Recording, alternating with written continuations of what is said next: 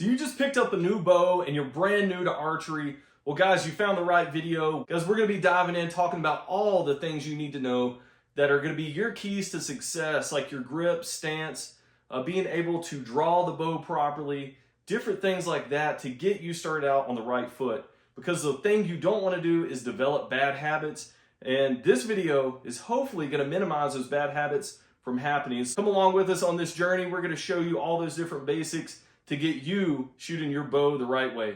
All right, let's dive into it right now. So step number one to getting you shooting your bow the best that you can is going to be your stance. So the first thing you need to know when you're talking stance is we have this little piece of dowel rod lined up. You can use a line or whatever, but imagine that dowel rod is pointed at our target. So if you're right-handed, which most bow shooters are, you're going to have your back foot as your right foot and your lead foot as your left foot. And that's going to be vice versa if you're left-handed. So we're going to have our right foot pretty much perpendicular to this line that we've created here. And that's going to give us a good foundation for our back leg. And then for the lead foot, I want to imagine it's about 4 to 5 inches, probably go up to about 6 inches, kind of angled at a 45 degree, maybe a little less, off of that line. So what that's going to do is allow you to open up your front shoulder a little bit more, because if you were squared up more, it's going to be kind of hard to aim your bow down the line. So the next thing you need to know, being number 2 in the process, is going to be your grip. So grip is super important to being able to shoot a bow accurately and efficiently, because a lot of people get this wrong and it can throw off your shots dramatically. So you can tell I have my hand just kind of rested in here very loosely. That's kind of how you want to hold the grip when you're actually shooting the bow as well. So a lot of people, they'll just grip it, like death grip this thing like a baseball bat. That's not what you want to do, because what you do when you're doing that, you're putting a lot of pressure on the riser, which this whole piece of carbon right here is the riser. And it's going to allow for when you let the shot go, you're going to tense up and that bow is going to have a lot of torque on it. So what you want to do is minimize that to the greatest extent possible by allowing your hand just to kind of rest on the bow. A lot of people, when they make a draw, they'll just go ahead and have their hand just kind of out like this, which is okay. I mean, there's nothing wrong with that right there. You know, that's going to be a very relaxed position. But what I like to do so I'm as consistent as possible, I like to line up my fingers on the riser here. And I just kind of let my pinky float. So a lot of bows will actually have a little ridge in the middle of that grip, so you can place your fingers in there. So that's another good thing. So you can either just kind of have it loose like that, where you're not gripping it at all, and just kind of letting it sit in the crook of your hand. Or you can go ahead and just give a little reference point so it's the same every single time, but just going ahead and resting your fingers on the front of the riser there. So another reason the grip is so important, if you've ever drawn back a bow and had that thing hit your wrist, called that wrist slap, you know that just hurts like crazy. So you don't want to be doing that. So you want to minimize that completely. So imagine you have that death grip on this thing. Look at that. That bowstring is already touching my arm. So you can imagine if I release this, it's going to slap my wrist. And that's because my hand is vertical, so it puts a lot of tension on my forearm to go in. So watch this. If you angle out, what happens to your forearm? It angles out too, because it puts your elbow at a different angle. So instead of this, it's out like this a little bit more. So death grip, relaxed grip. So that's getting your forearm out of the way, so you're not going to get that wrist slap anymore. So that is one of the biggest reasons why grip is crucial to your bow form. Moving on to step 3. So we're going to focus on the draw cycle for step 3. So we've talked about the grip, we've talked about stance, and now moving into the draw. The draw cycle is really important because I see a lot of people mess this up, and it makes it look like they're struggling a lot, and you shouldn't be. You know, this is a 70-pound bow, and it's really not that hard to pull back, and I have shoulder problems, you know, from years and years of playing baseball, and it's still not hard to pull this bow back. there's always some strength training that you can incorporate into this. That way you can strengthen your shoulders, your back, all those muscles that are going to be going into helping you pull the bow back. But you can really strengthen that up and it's make it a lot easier for you. So hopefully you got a bow that is within your abilities to pull it back, because a lot of people go out there and buy a 70-pound bow and they've never shot bow before, they've never done any of this, so it makes it a little bit difficult. But if you're a full-grown adult, you should be able to pull one of those back. But anything from a 50 to 70-pound bow should be good enough. And nowadays bows can adjust a lot from 50 to 70. I mean, it's a big range. I've even seen some that go from 20 to 70. So hopefully you got a bow that you can manage. The key to the draw cycle here is you don't want to just be using your arms. A lot of people just we're trying to pull with our arms and it just makes it look like they're just struggling like crazy. And they are, because they're not doing it the right way. So we have our stance, we have our grip, and how you really want to do this is I'm going to be starting with my front arm angled. Okay, you want that angled. That way you can do like a push with this arm and you're doing a pull with this arm. Really engaging your back muscles here, doing that pull. So you can do this multiple different ways.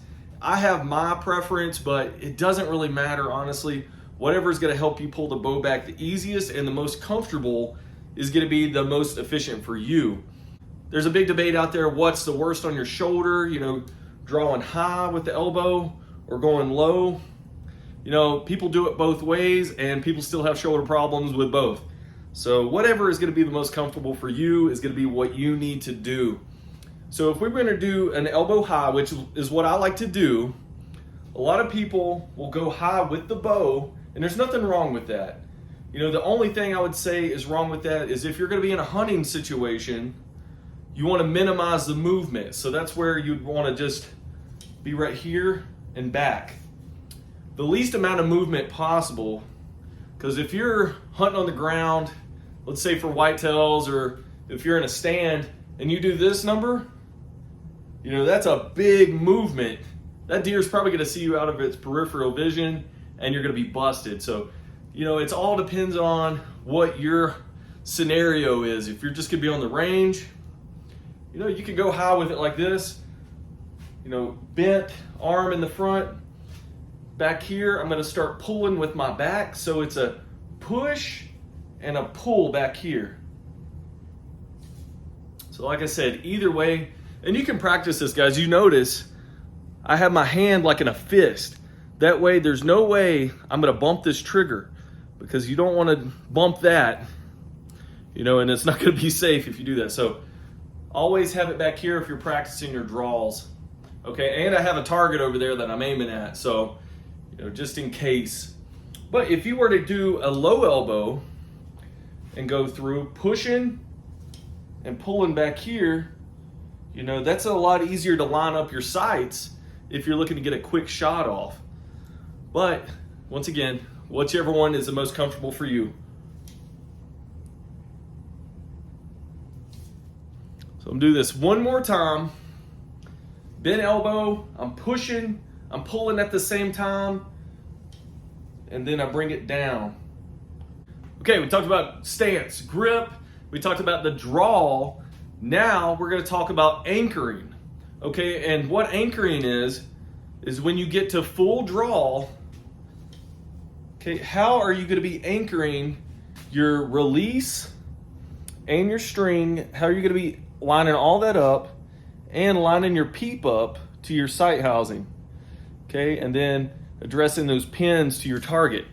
So that's what anchoring is. So with anchoring, the basis of it is being consistent. If you're not being consistent, it's going to be throwing your shots all off and you're not going to be consistent.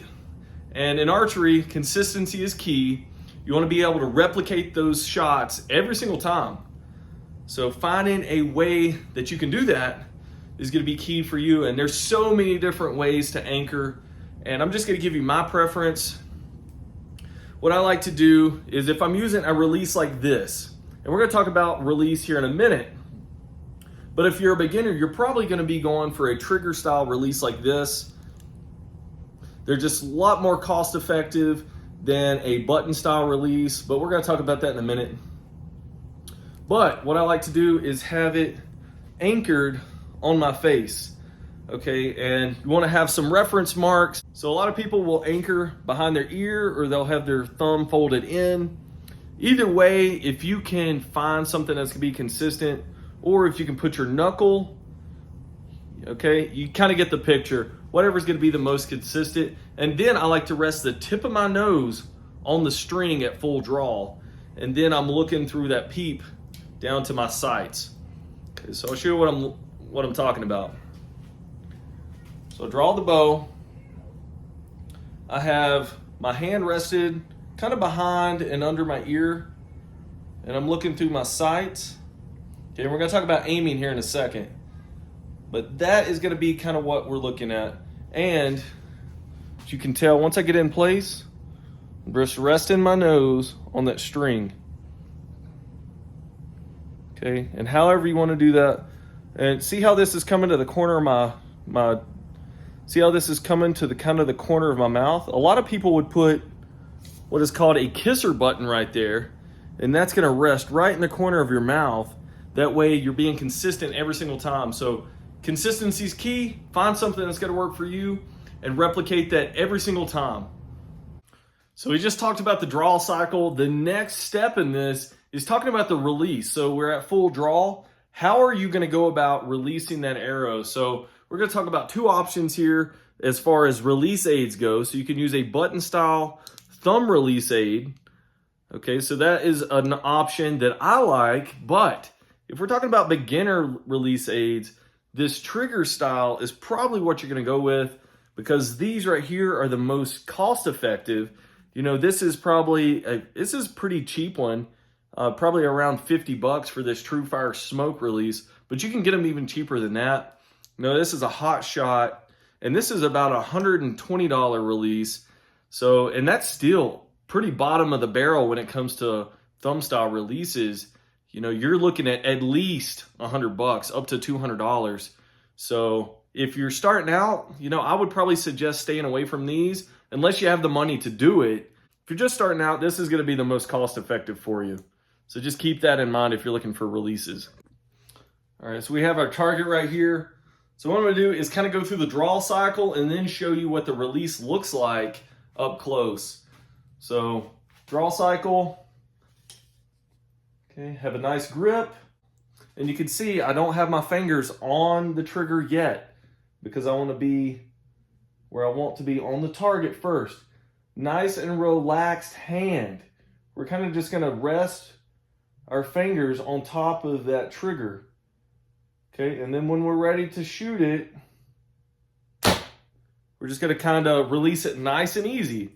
You can even just kind of put a little pressure and then squeeze nice and easy until that shot breaks. Okay, I'll do it from a different angle, a little closer up.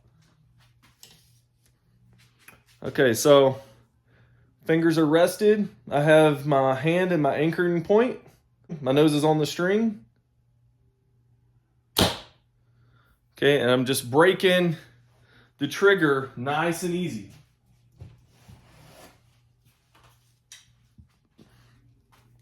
We'll do that one more time so you can kind of see what I'm talking about again. Okay, nice anchoring point.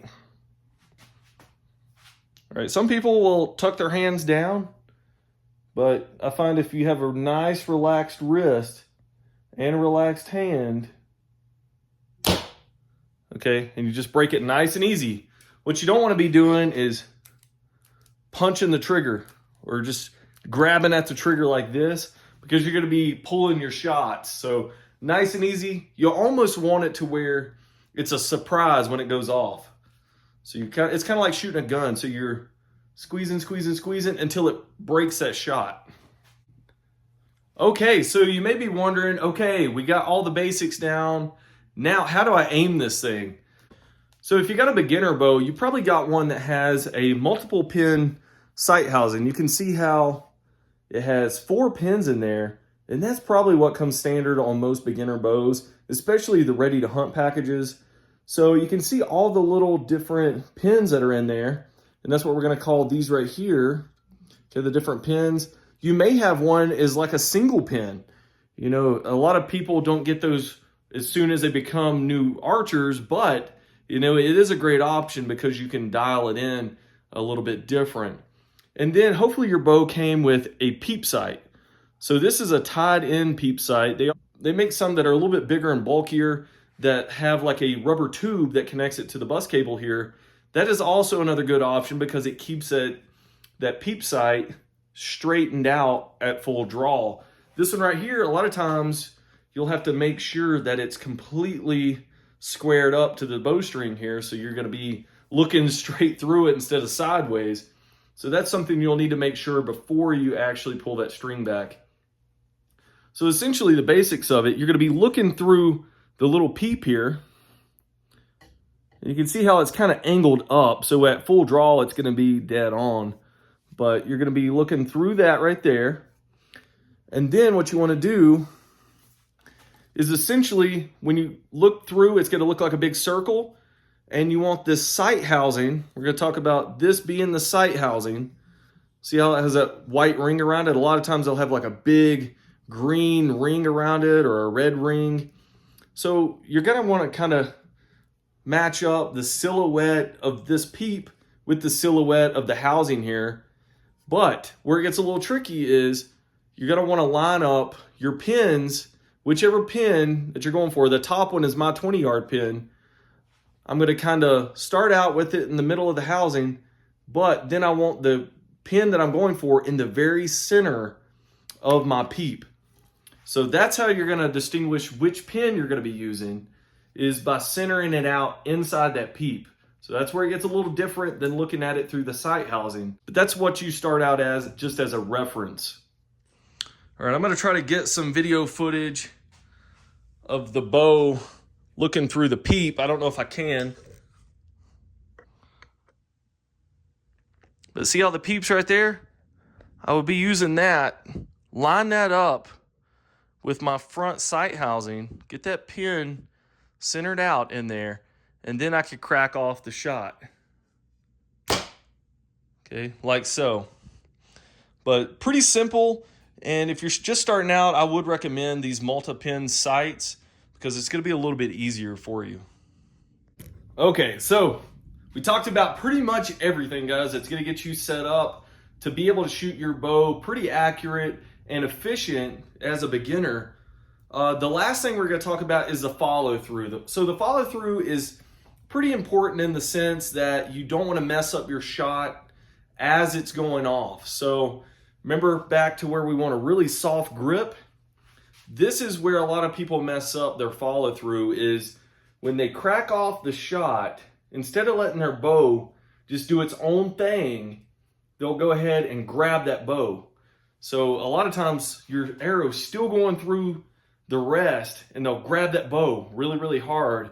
And what that's going to do is throw off your shot. So we're going to do our anchor point. We're going to aim this thing. We have a nice soft grip. We're gonna crack off the shot, and then watch what I do with my bow. Okay, I'm just letting it kind of fall through by itself. I'm not gonna grab it, especially if I just fire it off and then grab it. A lot of times that could throw off your shot, and it's a kind of a bad habit to get into. So just let the bow do its own thing. That's why you have this wrist sling right here.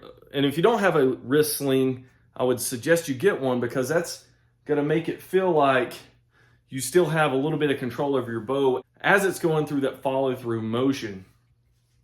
And you also notice I have a front stabilizer bar here. And this is a 10-inch model. You can get them in shorter models or longer, but that's also going to assist with vibrations and overall balance and stabilization. Obviously, it's because of stabilizer when that bow is at full draw, but it also assists with that bow going through that follow-through motion. So I know when I first got this bow and it had a short stabilizer on it, and when I fire it off, the bow actually will tilt back a little bit because there's not a lot of weight on it, because this is a full carbon bow. It would actually just kind of sit there and kind of go back, and that wasn't ideal. So putting a heavier stabilizer bar on it is going to help out a lot of bows being able to complete that follow through motion. All right, guys, hopefully you found this video was helpful in getting you set up for success as a brand new bow shooter, because it can be kind of complicated when you're just starting out. I started shooting bow when I was like 5 or 6 years old, and I haven't stopped since, and I'm 31 now. So I have a lot of experience in shooting archery, even though I'm not a professional or anything like that. I'm just like a backyard archer, but I have a lot of experience that I can pass on to you guys, and hopefully tips that help you not develop bad habits. So we talked about the stance, we talked about grip, and those are kind of the foundation. We talked about the draw cycle, anchoring, aiming. We talked about the release and the follow through. So a lot of different things there, and it can get complex, I get it. And we're gonna dive in talking about each one of these specifically in other videos, because we can dive in a little bit more. This was just the bare basics, guys, just a little intro into what each one of these kind of consists of. These are all gonna build up to you being able to aim and become the best archer that you can be. So guys, hopefully these tips and tricks helped you out. Let me know in the comment section below if you're brand new and you're looking for more advice. Please stick around, like and subscribe, because we're gonna be doing a lot more stuff with the bow. Honestly, if you check out my channel, my most viewed video is actually how to sight in a compound bow. And then the one underneath that is how to sight in a crossbow. So evidently people like the bow stuff that I'm doing and the crossbow stuff. So we're gonna keep that up, because honestly, it's one of my biggest passions that I have, and it's probably one of my favorite hobbies that I have too. So hopefully I can share some of those tips and tricks with you guys and help you guys become good bow shooters as well. All right, guys, thanks for watching. We'll catch you guys in future videos.